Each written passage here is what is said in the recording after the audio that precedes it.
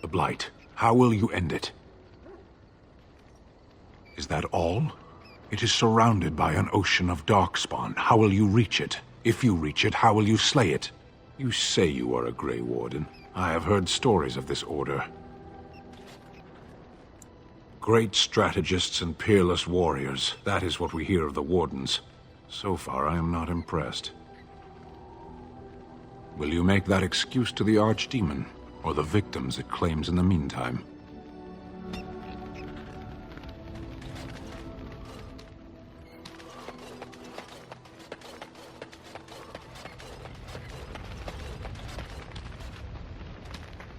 I await your command.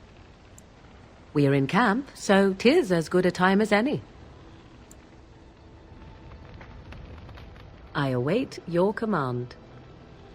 So, full of questions, are you?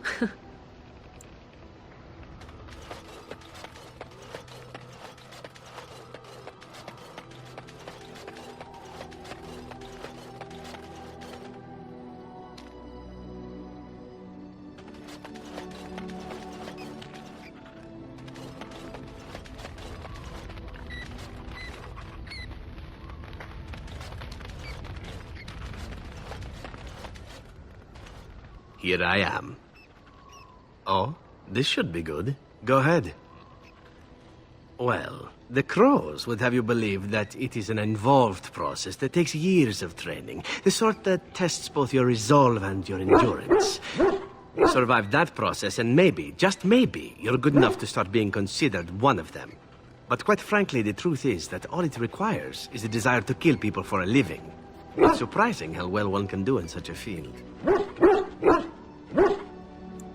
I don't know about that. It's simply a slightly different skill set from your average killer, as I see it.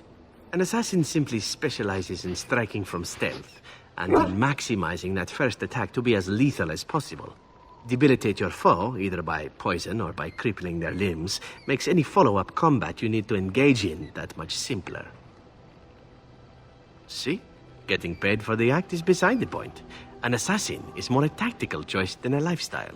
Of course, the Crows like to pretend that their abilities are trade secrets, shrouded in shadows and wrapped in a blanket of mystery.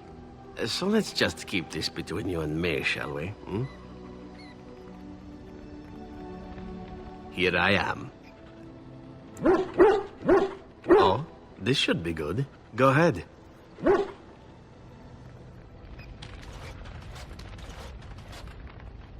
Ask away. Of course.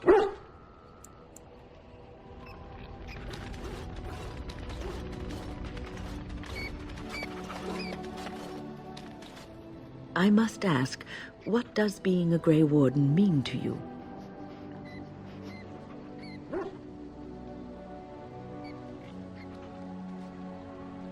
There's that, of course. But there's more to being a Grey Warden than killing Darkspawn and saving the world from the Blight.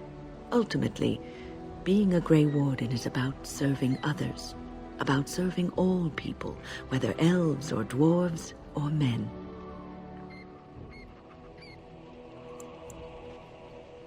As a Grey Warden, you are a guardian of men, and you guard them because their continued existence is more important than you are. Thus it is you who serves, not they. A good king, a true king who cares for his land, uses his power to rule firmly but fairly. He serves his people first and foremost. The king who does not do this, who believes that he is entitled to his power, who abuses it and uses it for his own means, is a tyrant.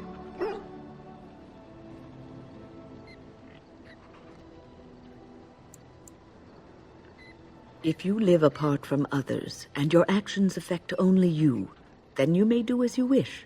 But if you have power, influence, and strength, your every action will be as a drop of water in a clear, still pond. The drop causes ripples, and ripples spread. Think of how far they will go, how wide they will become, how will they affect the pond. But I've lectured enough for today. I should stop before I wear out my welcome.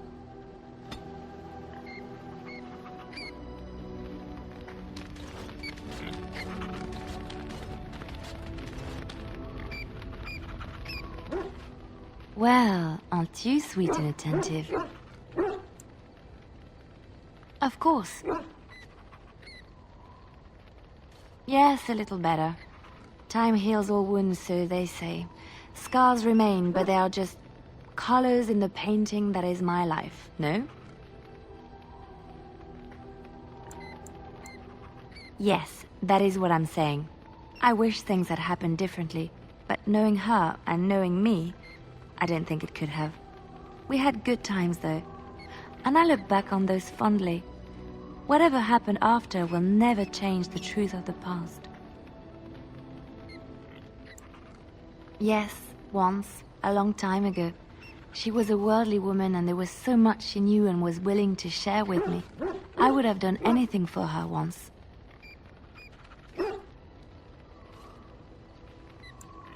She used to be different. Happier, I think. She loved music and had a weakness for sugary cakes. Maybe she was always lying about who she was. Or maybe she changed over the years.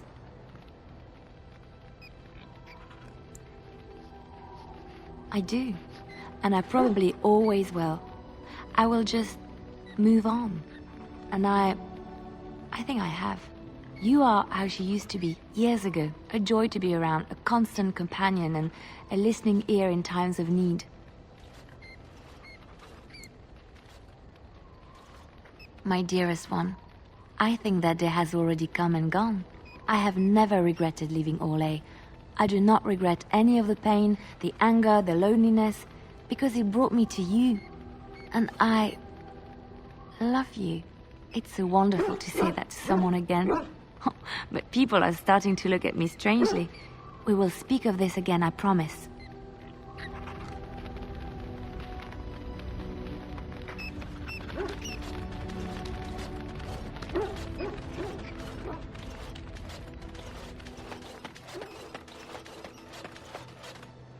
It speaks. It doesn't have better things to do. Did I not already tell it that I do not remember doing such? I remember having a master. My memories of what happened to him are vague. Clever and true. Oh, very well. Let me see what I can recall. My former master enjoyed experimenting upon me. I remember that much. There was tinkering with spells, and then the crystals. He was very eager to alter my function, I think. Flattery, and obvious flattery, too. I feel warm and fuzzy inside. He possessed my control rod, and back then, it would have prevented me from doing anything he did not command me to, no matter how I might have wished to. So what happened? I am unsure. He was experimenting, and then nothing. And then he was gone. I was standing where I was, in the village, and I could no longer move. The villagers came, poked and prodded me in fear, and then realized they could neither move me nor destroy me. So they simply left me. And in time, I forgot I hadn't stood there all along. In fact, at first I found it more of a relief. For so many years I'd had to leap to that little toadstool's every command. Get this, pick up that, put it down, pick it up again. The gall! At first I'd hoped he'd simply decided to leave me there paralyzed, an acceptable trade-off. After years passed, I simply stopped caring. I think I was ready to move on. Another few years and the moss would have covered my face. And then where would I have been? Whatever the mage did seemed to render the control rod useless, for which I should be thankful, yes? And provided it doesn't decide to copy his experiments, not that I would allow it, it has nothing to fear from me. Much. The things that it fights, and it fights things often, that is a different story. Let us get back to the walking and the fighting. My stone is beginning to itch again.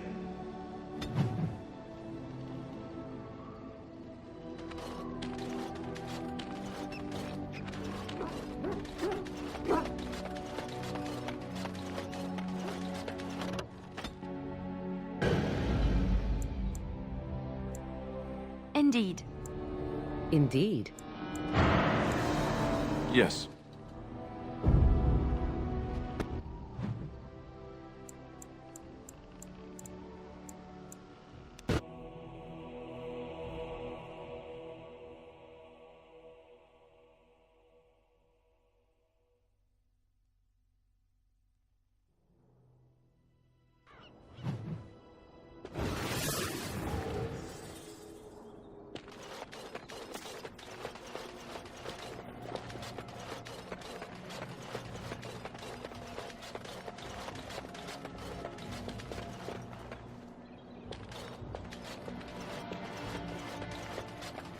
I suppose you can't blame the boy, even if he has magic. His death wouldn't have helped anything, would it?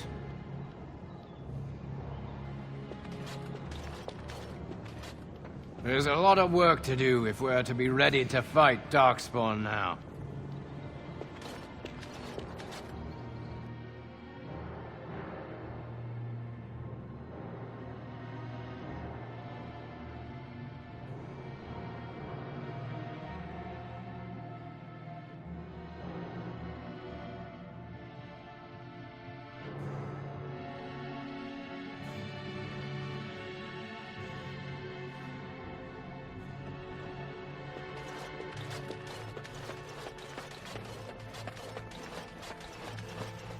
It is good you resolve this demon business. Now we must either revive the Arl, or allow Bantegan to take his place.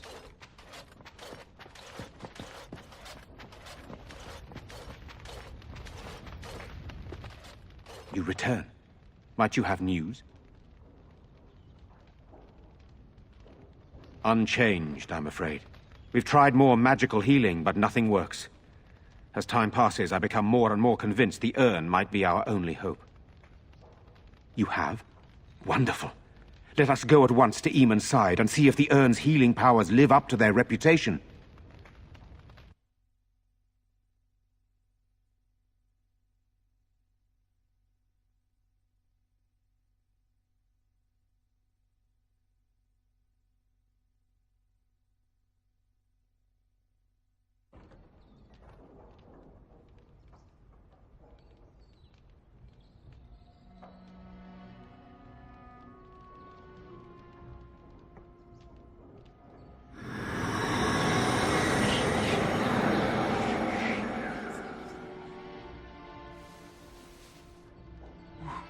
Where am I?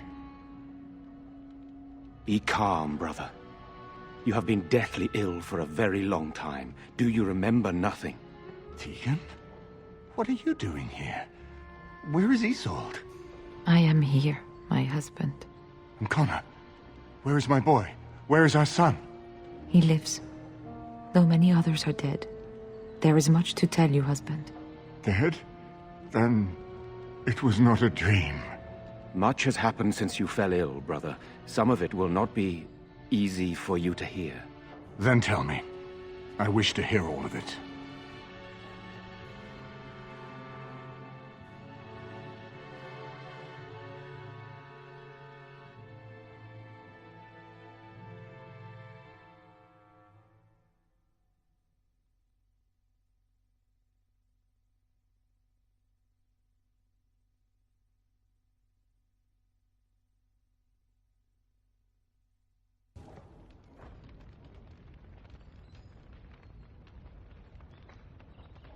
This is most troubling. There is much to be done, that is true. But I should first be thankful to those who have done so much. Grey Warden, you have not only saved my life, but kept my family safe as well. I am in your debt. Will you permit me to offer you a reward for your service? I understand, but regardless of your motivations, I feel you are worthy of a reward. I would like to honor your efforts, nothing more. Then allow me to declare you and those traveling with you champions of Redcliffe. You will always be a welcome guest within these halls. And for you, Warden, a shield of the same make as those that have been given to our finest knights. We should speak of Loghain, brother. There is no telling what he will do once he learns of your recovery. Loghain instigates a civil war even though the Darkspawn are on our very doorstep. Long I have known him. He is a sensible man, one who never desired power. I was there when he announced he was taking control of the throne, Eamon. He is mad with ambition, I tell you. Mad indeed. Mad enough to kill Kaelan, to attempt to kill myself and destroy my lands. Whatever happened to him, Loghain must be stopped. What's more, we can scarce afford to fight this war to its bitter end.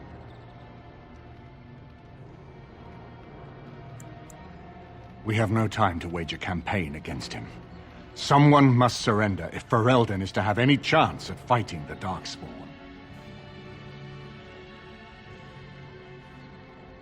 I will spread word of Loghain's treachery, both here and against the king.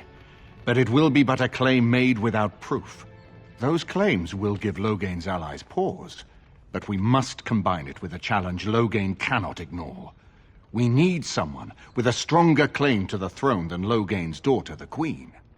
Are you referring to Alistair, brother? Are you certain? I would not propose such a thing if we had an alternative, but the unthinkable has occurred. Tegan and I have a claim through marriage, but we would seem opportunists no better than Loghain. Alistair's claim is by blood. And what about me? Does anyone care what I want? You have a responsibility, Alistair. Without you, Loghain wins. I would have to support him for the sake of Ferelden. Is that what you want? But I... No, my lord. I see only one way to proceed. I will call for a landsmeet, a gathering of all of Ferelden's nobility in the city of Denerim. There, Ferelden can decide who shall rule, one way or another. Then the business of fighting our true foe can begin. What say you to that, my friend? I do not wish to proceed without your blessing.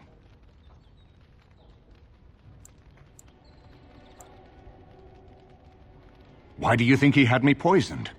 He wanted me gone without having to confront me directly. If I call for a landsmeet, refusing the compromise and attacking Redcliffe will only support our accusations.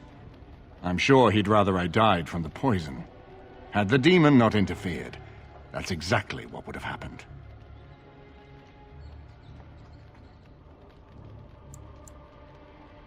That depends. If we cannot get a consensus in the landsmeet for Alistair, we cannot afford to oppose Loghain either. Does that mean Loghain could win? A man who killed his own king, who has gone mad with power?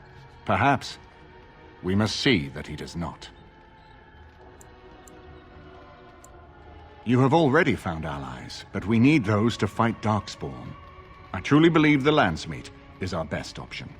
We could attempt to wage a military campaign against Loghain, but even if we win, would we have enough left to defeat the Darkspawn? No, but neither would Loghain. Perhaps Loghain gambles on this attitude, that everyone will decide facing the Darkspawn is more vital than facing him, so that he leads us against the Horde.